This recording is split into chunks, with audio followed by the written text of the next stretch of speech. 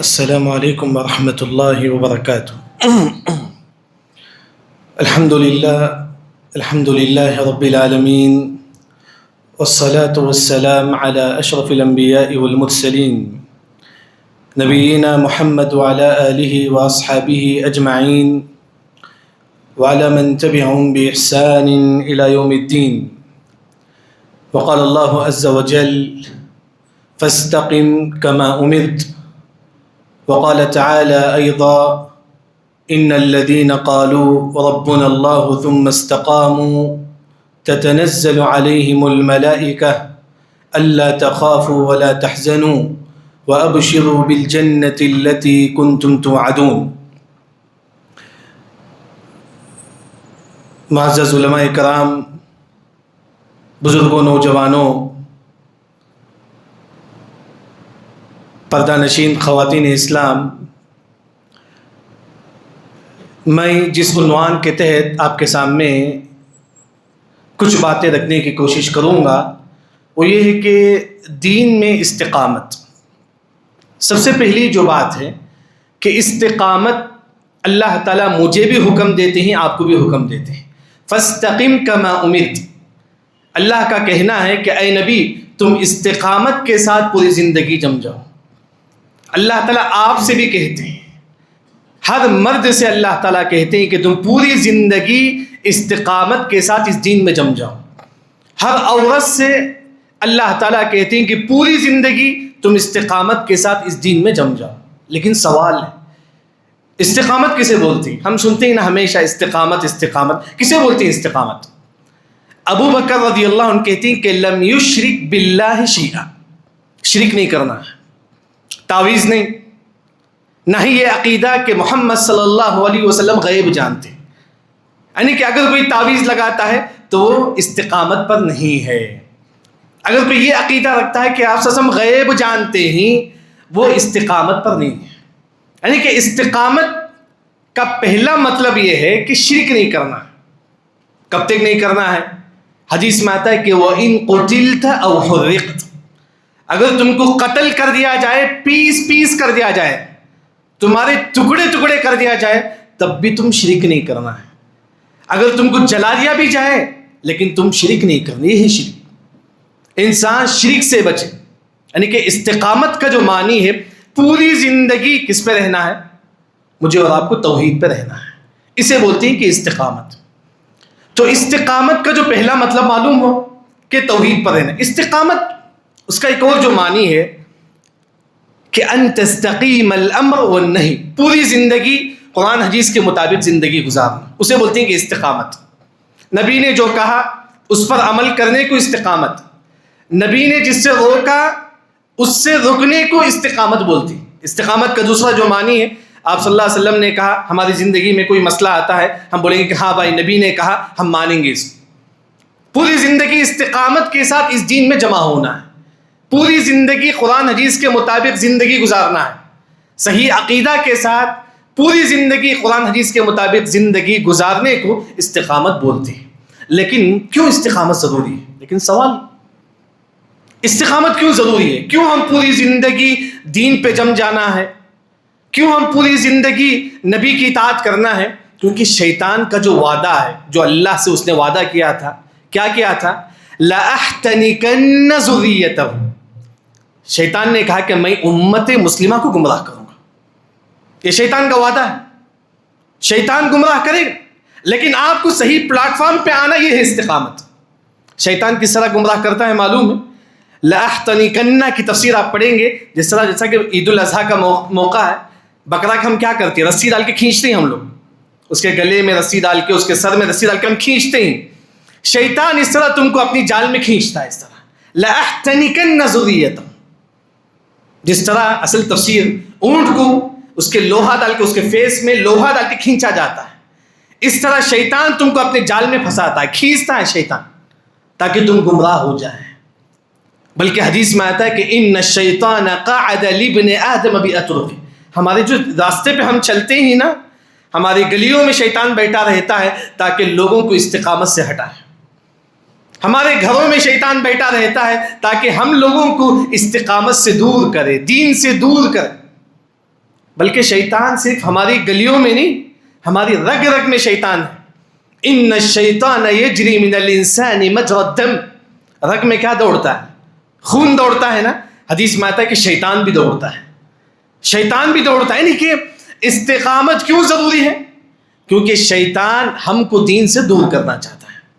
تو معلوم یہ ہوا کہ استقامت کا مطلب یہ ہے کہ پوری زندگی توحید پر رہنا ہے، قرآن حدیث کے مطابق زندگی گزارنا ہے. استقامت پر جمنے کے لیے اب ایک سوال یہ ہوتا ہے کہ آپ یہ چاہتے ہیں کہ میں استقامت پر رہنا چاہتا ہوں، آپ کی بھی دعا، میں پوری زندگی توحید پر رہنا چاہتا ہوں، میں پوری زندگی استقامت کے ساتھ اسی دین میں جم جانا چاہتا ہوں.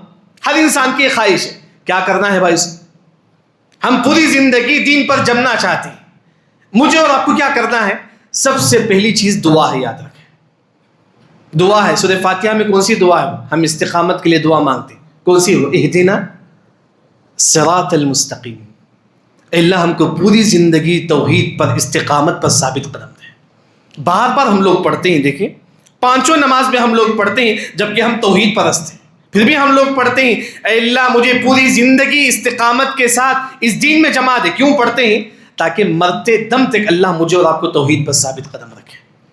اس وجہ سے ہم لوگ پڑھتے ہیں. یعنی کہ استقامت ہر لمحہ سب سے پہلی جو چیز ہے وہ ہے دعا استقامت کے لیے. کیونکہ حدیث قدسی ہے. حدیث قدسی کا مطلب معلوم ہے. خود اللہ تعالیٰ کہتے ہیں، کیا کہتے ہیں؟ کلکم ضال الا من ہدیت فاستہدونی اہدکم.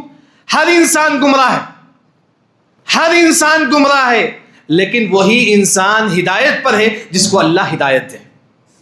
جس کو اللہ تعالیٰ ہدایت دے وہی انسان ہدایت پر ہے.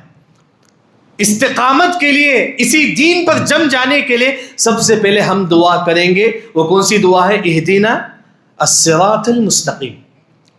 دوسری جو دعا ہے، ابو بکر رضی اللہ عنہ، تمام انبیاء کے بعد سب سے افضل کون ہی؟ ابو بکر رضی اللہ عنہ، جن کو آپ صلی اللہ علیہ وسلم نے اپنی زندگی میں جنت کی بشارت دیتے ہیں. کہتے ہیں کہ ابو بکر فی الجنہ، اے ابو بکر رضی اللہ عنہ تم جنت میں داخل ہوں گے. یہ ابو بکر رضی اللہ عنہ ہمیشہ مغرب کی تیسری رکعت میں، مغرب کی کون سی رکعت ہے؟ تیسری رکعت، سورہ فاتحہ کے بعد یہ آیت پڑھتے تھے کہ ربنا لا تزغ قلوبنا بعد اذ ہدیتنا وہب لنا من لدنک رحمہ. اے اللہ تو مجھے پوری زندگی استقامت پر ثابت قدم رکھتے. اے اللہ تو مجھے پوری زندگی ہدایت پر ثابت قدم رکھ. یہ دعا پڑھتے تھے ابو بکر رضی اللہ عنہ، جبکہ وہ جنتی صحابی. اس کے باوجود بھی وہ دعا کرتے ہیں. کیا دعا کرتے ہیں؟ ربنا لا تزغ قلوبنا بعد اذ ہدیتنا، مغرب کی تیسری رکعت میں سورہ فاتحہ کے بعد. یعنی کہ ہدایت اگر آپ چاہتے ہیں پہلی جو چیز ہے وہ ہے دعا. دعا کے لیے جو مشہور جو دعا ہے اہدنا الصراط المستقیم، یعنی تو اللہم اہدنی وسددنی. یہ تو کئی دعا ہے جو ہم لوگوں کو یاد ہے. اسی طرح ربنا لا تزغ قلوبنا بعد اذ ہدیتنا. یہ پہلی چیز ہے استقامت کے لیے. دوسری چیز استقامت کا ایک جو معنی ہے کہ فرائض کو انجام دینا. کون سی نماز ہے؟ فرض نماز. جو فرض نماز پڑھتا ہے وہ مسلمان اسی دین پر جمع ہوا ہے. جو فرض نماز پڑھتا ہے، اب دیکھیے ہر انسان اگر وہ نماز چھوڑتا ہے تو گویا کہ وہ استقامت پر نہیں ہے. اگر کوئی عورت جان بوجھ کر ظہر کی نماز اثر میں پڑھتی ہے وہ استقامت پر نہیں ہے، وہ یاد رکھیں. اگر کوئی مرد جان بوجھ کر ظہر کی نماز اثر میں پڑھتا ہے وہ استقامت پر نہیں ہے. کیونکہ حدیث میں آتا ہے کہ استقیموا تفلحوا، تم جم جاؤ دین میں تو کامیاب ہو جائیں گے. اس دین میں جمنے کے لیے کیا ہے؟ حدیث میں آپ صلی اللہ علیہ وسلم نے خود کہا خیر اعمالکم الصلاۃ، سب سے بہترین جو چیز اس دین میں جمنے کے لیے وہ ہے استقامت.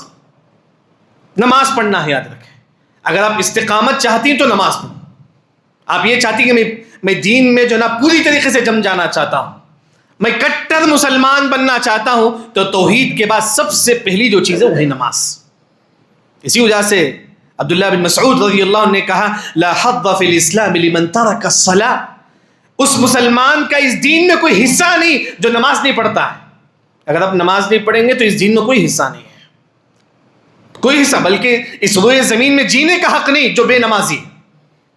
اگر آپ احادیث کا مطالعہ کریں گے بے نمازی کی سزا قتل ہے، یاد رکھیں. کیا ہے بے نمازی کی سزا؟ قتل ہے بھائی. بخاری مسلم کی مشہور حدیث ہے، ایک شخص ذو خویسرہ خوارج تھا. خوارج تھا مطلب خوارج یہ وہ شخص ہے جو دین سے نکل جائیں گے، خوارج ہے. وہ آتا ہے، آ کر ہمارے نبی سے کہتا ہے کہ محمد صلی اللہ علیہ وسلم تم انصاف کرو. ہمارے نبی سے کہتا ہے اے محمد تم انصاف کرو. آپ صلی اللہ علیہ وسلم نے کہا کہ اگر میں انصاف نہیں کرے گا تو کون کرے گا؟ تو یہاں بازو خالد بن ولید رضی اللہ عنہ بیٹھے رہتے ہیں، کہتے ہیں کہ اللہ کے نبی افلا اضرب عنقه یا رسول اللہ، اے اللہ کے رسول آپ صرف اجازت دو، بس میں ذو خویسرہ کو قتل کر دوں گا. آپ صلی اللہ علیہ وسلم نے فرمایا کہ ترکہ لعلہ یصلی، اے خالد بن ولید چھوڑ دو، شاید کہ وہ نماز پڑھتا ہوگا. یاد رکھیں، شاید کہ وہ نماز پڑھتا ہوگا. بخاری مسلم کی حدیث ہے. علماء نے کہا کہ بے نمازی کی سزا قتل ہے شریعت میں. تو جو نماز پڑھتا ہے وہی اس دین پر جم جاتا ہے. آپ ہر انسان اپنے بارے میں جانتا ہے آپ دین میں کتنے ہیں، آپ دین میں جمے ہیں یا نہیں، آپ دین میں استقامت کے ساتھ ہیں یا نہیں، معلوم کرنے کے لیے نماز ہے. دیکھیے آپ کتنے وقت نماز پڑھتی ہیں، ہر انسان اپنے بارے میں جانتا ہے. دعا کرے کہ اللہ تعالیٰ ہم تمام کو نماز پڑھنے کی توفیق عطا فرما. نماز پڑھنا کمال نہیں ہے، وہ نماز قبول ہونا ہے. یاد رکھیں، وہ نماز قبول ہونا ہے. بغیر دیکھیں اگر نماز قبول نہ ہو تو کیا فائدہ ہے. اس کو ایسے ایک دعا یاد رکھے نماز قبول ہونے کے لیے، اللہم انی اعوذ بک من صلاۃ لا تنفع، اللہ مجھے ایسی نماز سے بچا دے جو تیرے پاس قبول نہ ہو. یعنی کہ دوسری جو چیز ہے جس کی وجہ سے ایک مسلمان اس دین میں جم جاتا ہے وہ یہ ہے کہ جو ہے نا نماز کی پابندی استقامت کے لیے.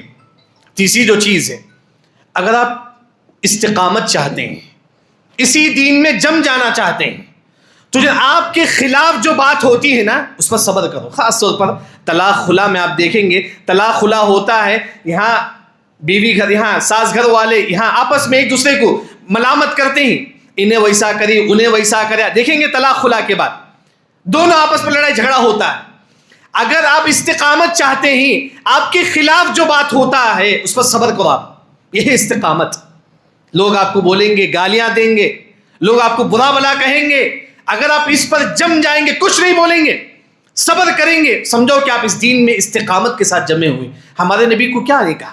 عبداللہ بن ابی بن سلول جو کافروں کا سردار تھا، منافقوں کا سردار، منافق تھا، اس نے کہا کہ لَيُخْرِجَنَّ الْأَعَزُّ مِنْهَا الْأَذَلَّ، مدینے میں جو سب سے ذلیل ہے میں اس کو نکال دوں گا.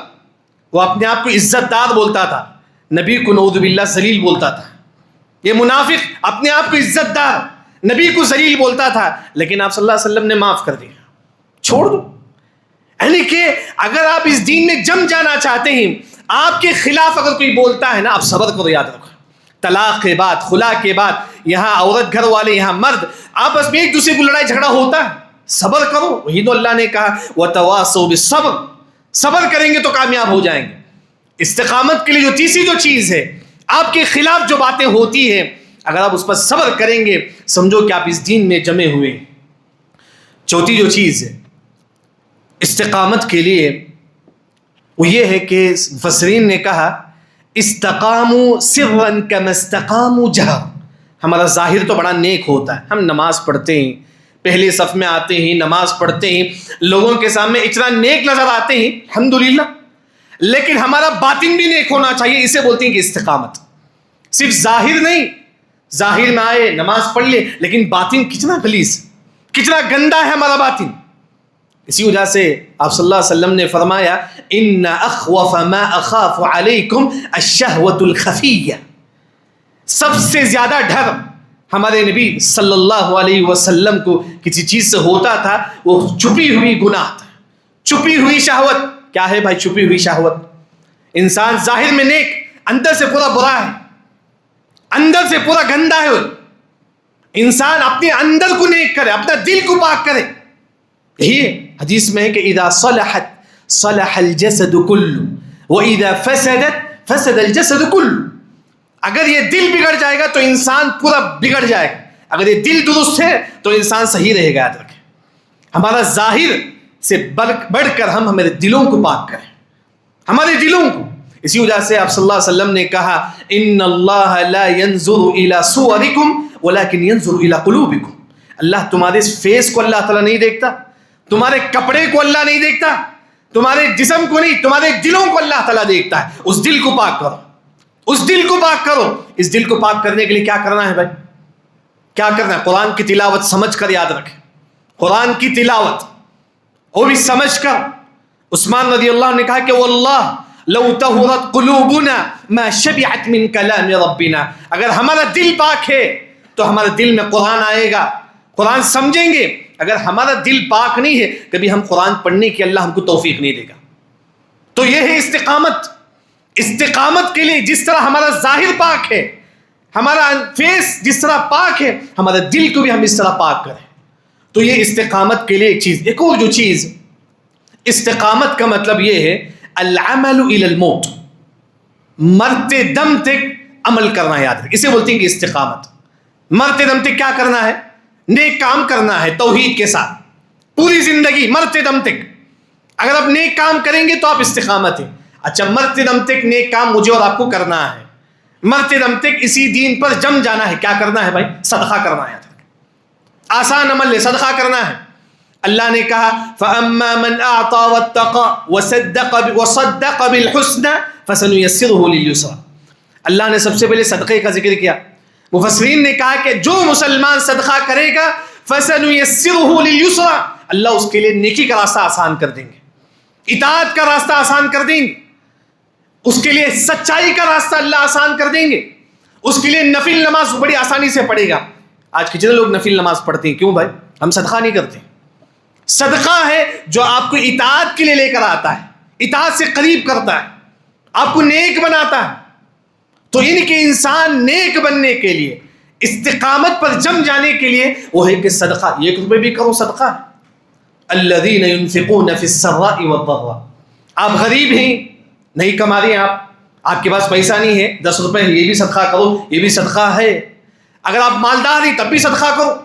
ہمیشہ ایک مسلمان، قرآن میں اللہ نے کہا ينفقون فی السراء والضراء. غریب ہیں تب بھی صدقہ کرو، مالدار ہیں تب بھی صدقہ کرو.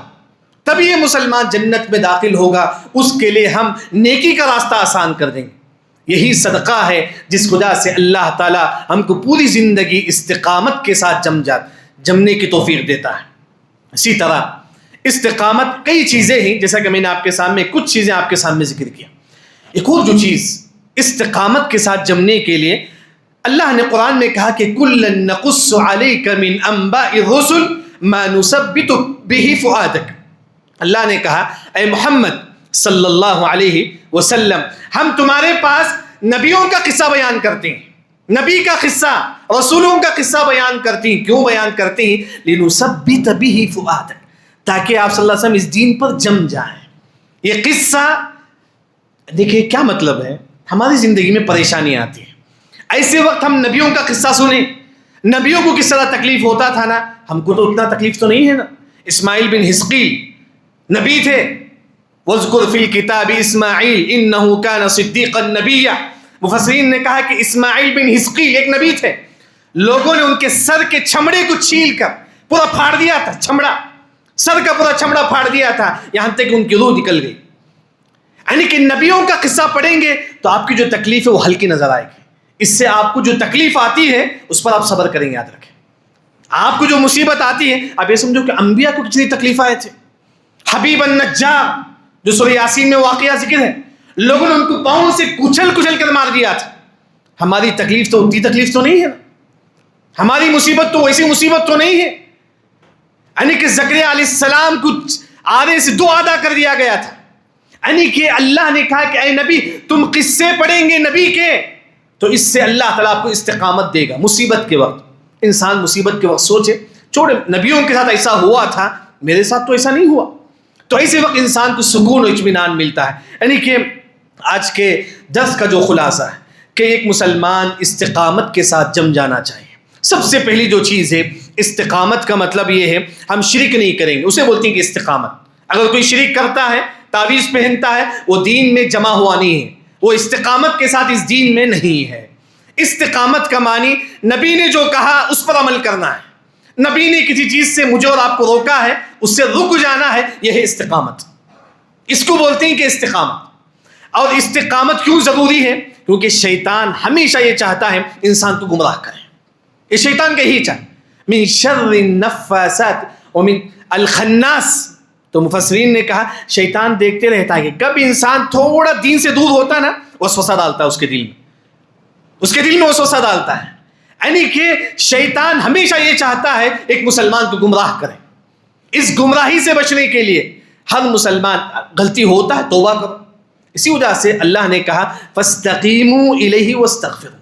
استقامت اگر آپ چاہتے ہیں تو استغفار کرو, کثرت سے پڑھو استغفر اللہ استغفر اللہ استغفر اللہ. کیوں؟ کیونکہ انسان سے غلطی ہوتی ہے, غلطی کے فوری استغفر اللہ پڑھیں گے اللہ ہمارے گناہوں کو معاف کرے گا. غلطی ہو گئی پھر پڑھو استغفر اللہ. استقامت کے لیے ایک مسلمان ہمیشہ استغفر اللہ کا جو نا استعمال کرے. اور دین میں ثابت قدمی کے لیے سب سے پہلی جو چیز ہے وہ ہے کہ دعا. کون سی دعا ہے؟ ربنا لا تزغ قلوبنا بعد اذ هديتنا وهب لنا من لدنك رحمة انك انت الوهاب. ابو بکر رضی اللہ عنہ مغرب کی تیسری رکعت میں سورہ فاتحہ کے بعد یہ آیت پڑھتے تھے. حدیث صحیح ہے. استقامت کے لیے پہلی جو چیز ہے, آپ اسی دین میں جم جانا چاہتے ہیں, جیسا کہ ہم بولیں کہ موٹی زبان کٹر مسلمان بننا ہے, 100% مجھے اور آپ کو مسلمان بننا ہے, کیا کرنا ہے؟ سب سے پہلی دعا ہے, اللہ سے دعا کر. دوسری جو چیز ہے اسی دین میں جم جانے کے لیے وہ ہے کہ نماز کی پابندی. ہر انسان دیکھیے کہ کتنا نماز پڑھتا ہے. اگر آپ جتنی نماز میں کمزور ہوں گے سمجھو کہ آپ ہی استقامت سے اتنی ہی دور ہیں. استقامت میں جمنے کے لیے دوسری جو چیز ہے وہ ہے کہ نماز کی پابندی. جو نماز پڑھے گا وہی مسلمان ہے. کئی باتیں میں نے آپ کے سامنے ذکر کی. تیسری جو چیز ہے وہ یہ کہ استقامت پر جم جانے کے لیے ایک مسلمان جس طرح اپنا ظاہر کو پاک کرتا ہے اپنے دلوں کو بھی پاک کرے. اپنا جو دل ہے اس کو بھی پاک کرے. اس دل کو پاک کرنے کے لیے قرآن سمجھ کے پڑھنا ہے. آج لوگ قرآن سمجھ کے نہیں پڑھتے ہیں, نہیں پڑھتے ہیں آج لوگ قرآن سمجھ کے. بہت کم لوگ ہیں جو قرآن سمجھ کے پڑھتے ہیں یاد رکھیں. جبکہ ہر مسلمان اپنی طاقت کے مطابق واجب ہے قرآن سمجھ کے پڑھے. آپ کو تمل آتی ہے تمل زبان میں پڑھیے, انگلش آتی ہے انگلش زبان میں پڑھیے. جو قرآن سمجھ کے پڑھے گا اس کے اندر سے اللہ اس کے ظاہر اور باطن دونوں کو اللہ تعالیٰ پاک کرے گا. وہی تو ہم پڑھتے ہیں وَنُنَزِّلُ مِنَ الْقُرْآنِ مَا هُوَ شِفَاء. یہ قرآن شفا ہے, آپ کے اندر کی بیماری کو دور کرتا ہے, دلوں کی بیماری کو دور کرتا ہے یہ قرآن. اور دین میں ثابت قدمی کے لیے آپ کے خلاف جو باتیں ہوتی ہیں, خاص طور پر طلاق خلا کے بعد یہاں یہ لوگ کچھ بولتے ہیں وہ لوگ کچھ بولتے ہیں, ایسے وقت جو نیک ہے چاہے شوہر ہو چاہے بیوی ہو, جو نیک ہے وہ صبر کرے گی تو سمجھو کہ استقامت ہے.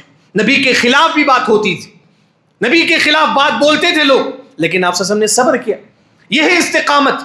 آپ کے خلاف اگر کوئی بولتا ہے آپ صبر کرو تو یہ ہے استقامت. اسی طرح استقامت کے لیے ایک اور جو چیز ہے, استقامت کا معنی پوری زندگی عمل کرنا ہے, پوری زندگی توحید کے ساتھ عمل کرنا ہے. اس کے لیے کیا کرنا ہے؟ صدقہ و خیرات.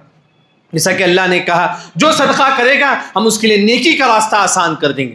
آج بتائیے کتنے لوگ مغرب کی سنت ہم لوگ پڑھیں, کیوں نہیں پڑھتے؟ کیونکہ صدقے میں کمی ہے. یاد رکھیں صدقہ, کیونکہ پوری قرآن میں آپ دیکھیں تقوی کے ساتھ صدقے کا ذکر ہے پوری قرآن میں. اعدت للمتقین الذین ينفقون فی السراء والضراء. آپ نیک ہیں کیسا معلوم کرے؟ صدقہ کتنا کرتی ہیں. دیکھیے ہر انسان کتنا صدقہ کرتا ہے, جتنا صدقہ کرے گا اتنا نیک ہے. کیونکہ قرآن میں اللہ نے کہا وہی انسان نیک ہوتا ہے جو کثرت سے اللہ کی راہ میں مال کو خرچ کرتا ہے. اور اسی طرح دین میں ثابت قدمی کے لیے جو کئی باتیں میں نے آپ کے سامنے ذکر کی, اس میں سے ایک چیز انبیاء کے قصے. اگر آپ کو کوئی مصیبت آتی ہے آپ سوچو کہ نبیوں کو اتنا تکلیف دیا گیا, میری تو اتنی تکلیف نہیں, تو اس سے آپ دین میں جم جائیں گے. ایسے ویسے الفاظ نہیں بولیں گے آپ, یاد رکھیں. لیکن آخر میں دو بات بول کے اپنی بات ختم کروں گا. بعض لوگ نیک ہوتے ہیں, دیکھیں معاشرے میں بعض لوگ نیک ہوتے ہیں لیکن سڈن جو ہے نا گمراہ ہو جاتے ہیں. ہوتی ہیں بعض لوگ پوری زندگی نیک لیکن سڈن کئی زندگی کا کوئی ایسا مرحلہ آتا ہے جس میں انسان گمراہ ہو جاتا ہے. شیخ بن باز رحمہ اللہ سے پوچھا گیا, ایک انسان بہت نیک ہے, پوری زندگی نماز کی پابندی کرتا تھا, روزہ رکھتا تھا, سب کچھ کرتا تھا, سڈن گمراہ ہو گیا, کیا ریزن ہے؟ شیخ بن باز رحمہ اللہ نے کہا کہ دو چیز یاد رکھیں. انسان کو گمراہ کرنے کے لیے, اس استقامت سے, اس دین سے دور کرنے کے لیے دو چیزیں. ایک اس نعمت کی شکر گزاری نہیں ہے. اللہ نے آپ کو جو نعمتیں دی ہیں نا, اللہ نے آپ کو نماز پڑھنے کی توفیق دی ہے, اس کا شکر بجا لاؤ. اللہ نے آپ کو توحید کی توفیق دی ہے, شکر بجا لاؤ. اللہ نے آپ کو صحیح علم کی توفیق دی ہے, شکر بجا لاؤ.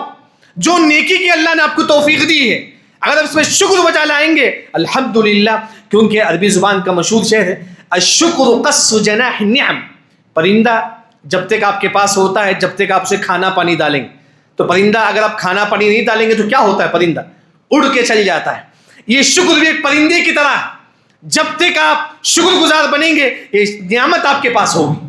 تو پہلی جو چیز ہے نعمت کی شکر گزاری اگر آپ کریں گے اللہ تعالیٰ آپ کو ہمیشہ اس دین میں جما دے گا۔ اگر آپ شکر گزاری نہیں بنائیں گے اللہ تعالیٰ ایک نہ ایک دن گمراہ کرے گا۔ دعا کرے کہ اللہ تعالیٰ ہم تمام کو ہدایت پر ثابت قدم رکھے۔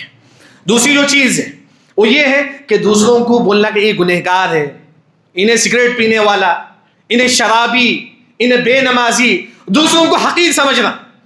انسان کب گمراہ ہوتا ہے؟ جب دوسروں کو حقیر سمجھتا ہے۔ آپ کے سامنے کوئی بے نمازی، یہ تو بے نمازی ہے نا، یہ تو گنہگار ہے، یہ تو فلاں ہے فلاں ہے، اگر آپ دوسروں کی اس طرح بولیں گے اللہ آپ کو بھی گمراہ کر دے گا، نعوذ باللہ۔ من عیر اخاہ بدم لم یمت حتی یعلم، اگر آپ کسی کو بولیں گے انہیں ویسا نعوذ باللہ اللہ تعالیٰ آپ کو خود ایسا کر دے گا، نعوذ باللہ۔ تو گمراہ ہونے کے لیے دو اہم سبب ہے، جو نعمت اللہ نے آپ کو دی ہے اس پر شکر بجا لاؤ، دوسری جو بات ہے کسی کو برا بلا مت بول، انہیں ویسا جو بھی ہے اللہ تعالیٰ بول لے، ہدایت دینے والا اللہ تعالیٰ ہے، ہم ہزار بولے کچھ نہیں ہوتا، لیکن نصیحت کا طور پر بول سکتی بھائی تم ایمان کی طرف آ جاؤ، تم توحید کی طرف آ جاؤ، تم نماز کی طرف آ جاؤ، اس طرح ہم بول سکتی، لیکن ہم اسے حقیر سمجھ کے بولنا انہیں گنہگار ہے، انہیں ویسا ہے، اللہ اسی شخص کو گمراہ کر دیں گے۔ تو اسی وجہ سے ہر مسلمان پوری زندگی استقامت کے ساتھ جمع رہے۔ اگر آپ پوری زندگی استقامت کے ساتھ اسی دنیا میں توحید پر جمع رہیں گے، اطاعت کریں گے، مرتے وقت اللہ تعالیٰ جنت کی خوشبو آپ کو نصیب کرے گا۔ دعا کرے کہ اللہ تعالیٰ مجھے اور آپ کو مرتے وقت جنت کی خوشبو نصیب فرمائے۔ اللہ نے کہا سورہ واقعہ کے آخر میں فروح وریحان وجنت نعیم، فروح و ریحان، جو استقامت کے ساتھ اس دین میں جم جاتا ہے مرتے وقت فرشتے اس کو جنت کا خوشبو سنگاتے ہیں، جنت کا پھول سنگاتے ہیں۔ اس کا واقعہ آپ کو صحیح بخاری میں ملی۔ انس بن نضر رضی اللہ عنہ صحابی، انس بن نضر صحابی ابھی جنگ کو جانے والے تھے، جنگ میں جانے سے پہلے کہا انی لاجد ریح الجنہ، اے سعد رضی اللہ عنہ مجھے جنت کی خوشبو آ رہی ہے، مجھے جنت کی خوشبو آ رہی ہے۔ تو اس کے بعد وہ جنگ کرتے ہی یہاں تک کہ وہ شہادت کا مقام ان کو مل جاتا ہے۔ تو یعنی کہ پوری زندگی اگر آپ توحید پر رہیں گے مرتے وقت اللہ تعالیٰ آپ کو جنت کی خوشبو اللہ تعالیٰ آپ کو سنگائے گا۔ دعا کرے کہ اللہ تعالیٰ ہم تمام کو پوری زندگی توحید پر ثابت قدم رہنے کی توفیق عطا فرما۔ اللہم اجعلنا ہداة مہتدین، وآخر دعوانا الحمد للہ رب العالمین، والسلام علیکم ورحمۃ اللہ وبرکاتہ۔